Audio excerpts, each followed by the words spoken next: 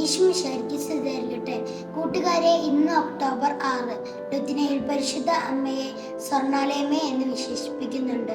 നിങ്ങൾക്കറിയാമോ, വിശുദ്ധ ഗ്രന്ഥത്തിൽ ഏകദേശം 367 തവണ സ്വർണത്തെക്കുറിച്ച് പ്രതിപാദിക്കുന്നുണ്ട്. സ്വർണം മഹത്വത്തിന്റെയും സമ്പത്തിന്റെയും മോടിയുടെയും അടയാളമാണ്. സോളമൻ രാജാവ് ദൈവത്തിന്റെ ആലയം പണിതപ്പോൾ തനി തങ്കം കൊണ്ടാണ് അതിവിശുദ്ധ സ്ഥലം അലങ്കരിച്ചത്. പണി പൂർത്തിയായപ്പോൾ സോളമൻ രാജാവ് വാഗ്ദാന പേടകം അതിവിശുദ്ധ സ്ഥലത്ത് പ്രതിഷ്ഠിച്ചു. സ്വർണം കൊണ്ട് അലങ്കരിച്ച അതിവിശുദ്ധ സ്ഥലത്ത് ദൈവത്തിന്റെ സാന്നിധ്യം ഉണ്ടായിരുന്നു.